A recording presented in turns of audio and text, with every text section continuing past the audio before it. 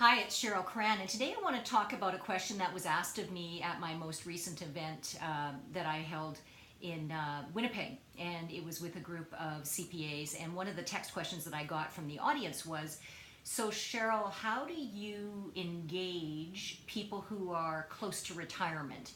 In other words, you talk about the future and you talk about the excitement, you talk about change, but there are a number of people that are ready to retire, and so they've checked out. They've literally, their eye is on that end game of being retired. And it's a great question, and it really comes down to a couple of things. First of all, fundamental of leadership is inspiring, engaging, providing the resources and the tools to keep your teams engaged so that everybody's performing at high levels, they're collaborating, there's a synergy in the team. When you have people who are checked out, whether it be because they're retired, whether it be because they've been there a long time and they're no longer challenged, it's an opportunity for us as leaders to up our game and to really look at it as a challenge and an opportunity to really leverage our own leadership. I remember, in my career, working with people older than me, people that were moving on, people that were jaded. They'd kind of been there, done that, not interested in where you're trying to take us. And for me, the analogy comes down to if you had asked somebody to build a house in the last year of their career, and all you did was tell them to build a house, they probably would do it in a sort of half level. But if you told them that the house was for themselves, they would put all that effort in to build the best house ever. And I think it's about inspiring that person, whether it's a year away from retirement or a couple years, to let them know that the future doesn't end with them retiring from that particular career. In fact, research shows that the average person's not going to retire at the age of 65 anymore. It's actually extended to 75 in North America. That's the prediction based on economics, based on longevity, based on younger people staying home longer. Therefore, the parents are working longer to continue to support the lifestyle of their family members.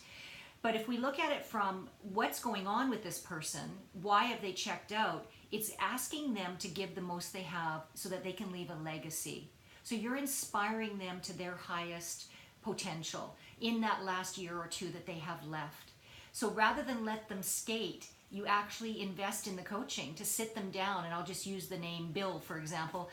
Bill, I know you're in your last year, you're in the home stretch to retirement. Congrats, that's awesome, good for you. I'm sure you're excited about, reorganizing your life beyond your career here. And I really would love to leverage your talent and skill in this last year that you're here. First of all, I think you could download a lot of your knowledge to the people here. So can we come up with a fun way for you to knowledge transfer? And what does that look like for you? And are you willing to do that? Number two, what would it look like for you to have some mentoring sharing groups with some of the Gen Ys in the group, and we could have a contest about how much you can share what you know and how they could cross mentor you. Or what is your legacy? How would you like to be remembered when you finish here? What would you like to be best known for? And then what is, have you thought about perhaps consulting or contracting once you do finish here? And if you do that, think of some ways that you could come back on a contracting basis that you could add value for us. So it's really about meeting people with their potential. And I find a lot of leaders write people off unconsciously. They're literally like, well, he's only got a year, so I'm not going to bother with him.